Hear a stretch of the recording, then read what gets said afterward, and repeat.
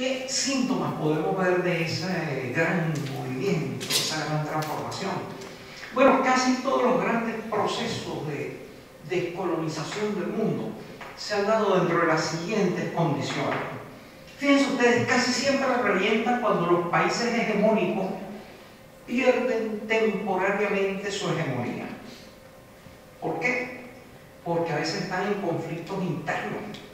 Facilita mucho la independencia de América Latina, que ha tenido gran cantidad de alzamientos, el hecho de que las tropas napoleónicas entren con el pretexto de que van a imponer el bloqueo en Portugal y después se queden en España. Todos los sucesos que hay, la abdicación borbónica, la resistencia popular, mientras hay toda esa serie de procesos, pues en gran parte aprovecha América Latina y establece sus conclusiones. En este momento vamos a ver que posteriormente las potencias hegemónicas están en un serio conflicto de disminución de hegemonía.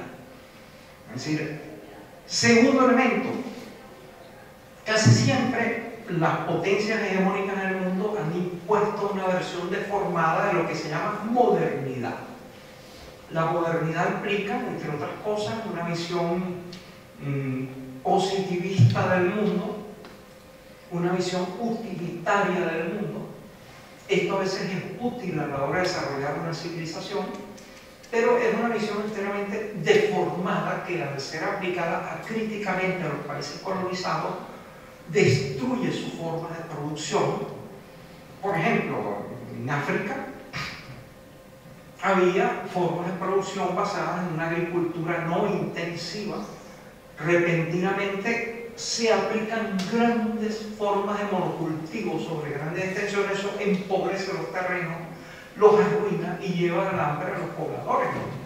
Entonces, hay una modernización asistemática, unilateral, que causa enormes problemas. En muchos países se impone la libertad de comercio. A China le imponen en 1840 a cañonazos la libertad de comercio, que implica la obligación de comprarle opio a la producción inglesa de opio en la India. Y entonces todo un país es condenado al narcotráfico, pero por una decisión imperial. Ustedes, ese es el segundo gran elemento, que la modernidad haya causado grandes desajustes internos dentro de esos países colonizados. El tercer elemento es que el país colonizado haya preservado elementos de su cultura tradicional y que los renueve y los defienda. Fíjense ustedes que la resistencia cultural es básica en todos estos procesos. América Latina y el Caribe empezaron a sentir que había una diferencia con la sociedad de la metrópoli imperial. El castellano ya había derivado casi hasta ser un lenguaje con reglas específicas. Andrés Bello escribió una gramática de castellano para uso de americano, por ejemplo. Vean ustedes cómo no hubo forma de que los ingleses impusieran su cultura en la India. Tenía centenares de religiones, de culturas, de prácticas que eran irreductibles, de que convirtieran al protestantismo a China, por ejemplo.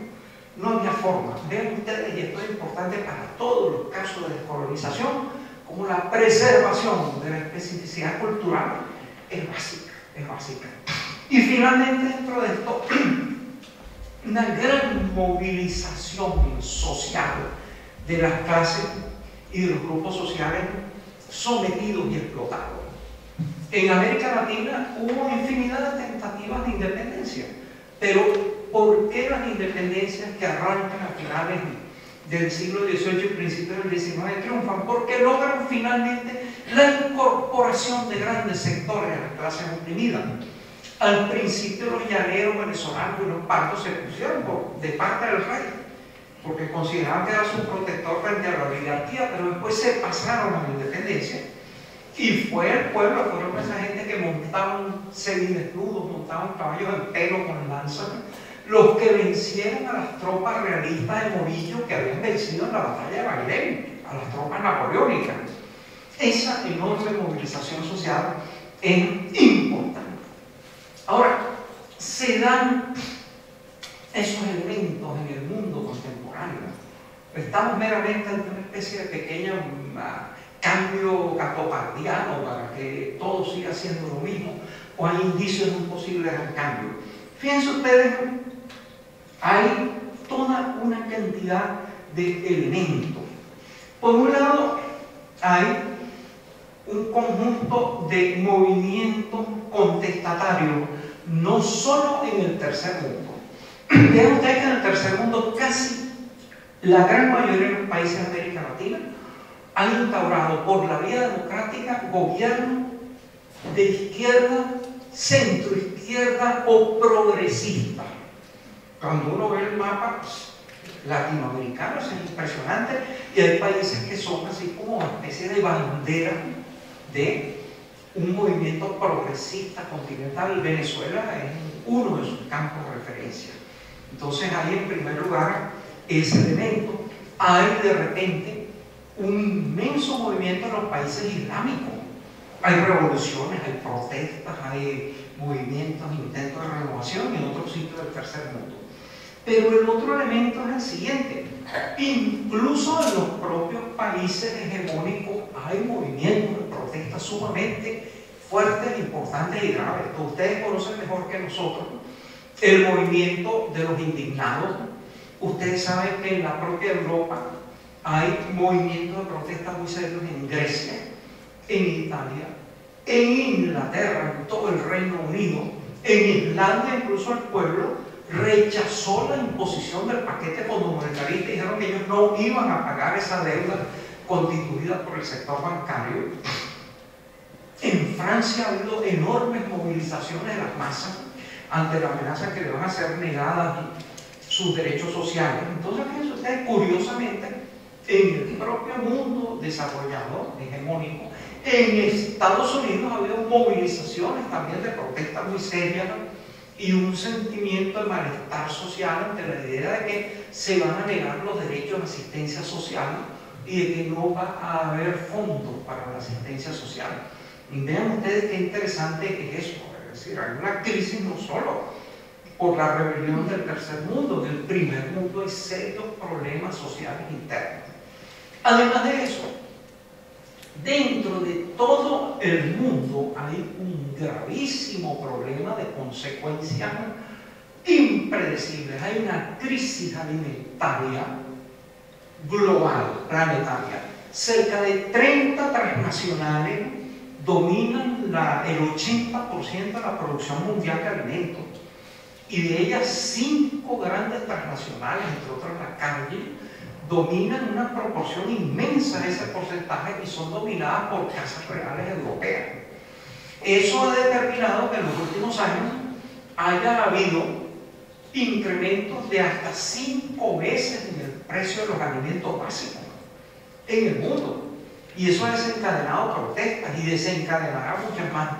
Una parte de las protestas en el mundo árabe tienen que ver con esos repentinos incrementos del precio de los alimentos. En Venezuela hubo un célebre suceso en 1989. El gobierno de la época intentó imponer un paquete neoliberal y todo el país se rebeló a una, lo que fue llamado el Caracazo, pero fue todo el país. Y hubo una semana de ley marcial con millares de muertos, pero eso marcó el fin de ese sistema político. Vean ustedes, bueno, el mundo está al borde de grandes manifestaciones de esta índole de protesta, porque se está tocando la última condición de la vida humana, que es el estómago, la posibilidad de sobrevivir al hambre. ¿Cómo han respondido las potencias hegemónicas a esto? Mediante una multiplicación de los conflictos bélicos, simplemente. Vean ustedes que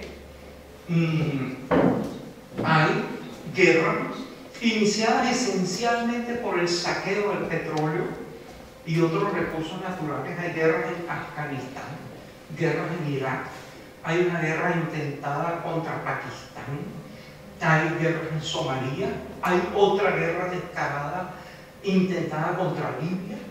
Finalmente son guerras de saqueo y se va intentando, bueno, paliar los problemas de la crisis a través de estas grandes aventuras de rapiña imperial. Pero esas guerras podrán tener efecto. Hasta ahora sí. Bueno, la guerra ha sido una de las formas de solucionar los problemas económicos de los países, porque a través de una guerra se motoriza la producción de armamento sin que se pase el límite de la demanda. Los países capitalistas entran en quiebra usualmente porque los bienes producidos no encuentran consumidores. Pero una producción armamentista que es hecha para ser destruida, pues siempre tendrá demanda. Y en segundo lugar, los trabajadores desempleados pueden ser utilizados como carne de cañón. De allí que algunas potencias hegemónicas hayan desarrollado el llamado keynesianismo militar, una práctica de salir de las crisis económicas a través de las guerras. Y por eso está en este conjunto de multiplicación de las guerras. ¿Será ese remedio eficaz? Aparentemente no. Estamos empantanados desde hace como 2 décadas en este crecimiento inconcebible de guerras imperiales. ¿Y cuál ha sido el resultado para las grandes potencias? La bancarrota. Es importante mencionar esta palabra porque la revolución burguesa en Inglaterra empezó con una bancarrota del Estado, en virtud de la cual se convocó al Parlamento para subir los impuestos. Fatídica palabra. La Revolución Francesa empezó con una bancarrota del Estado y el rey llamó a los Estados Generales para subir los impuestos. ¿Qué sucede en el mundo desarrollado actualmente? Les leo algunas cifras. Fíjense ustedes, estas son cifras del Fondo Monetario Internacional. Para 2011, la deuda externa de Francia equivaldrá al 99% de su Producto Bruto Interno. Es como que ustedes debieran todo el ingreso de un año. La de España, 74% de su Producto Bruto Interno. Alemania, 85% del PIB. Nos estamos acercando a los países señalados como modélicos en el sentido de gestión de sus finanzas. Japón, que era el gran tigre del Pacífico, el futuro, Japón debe el 240% de su Producto Interno Bruto en deuda pública. Italia debe el 130% de su Producto Interno Bruto en deuda pública.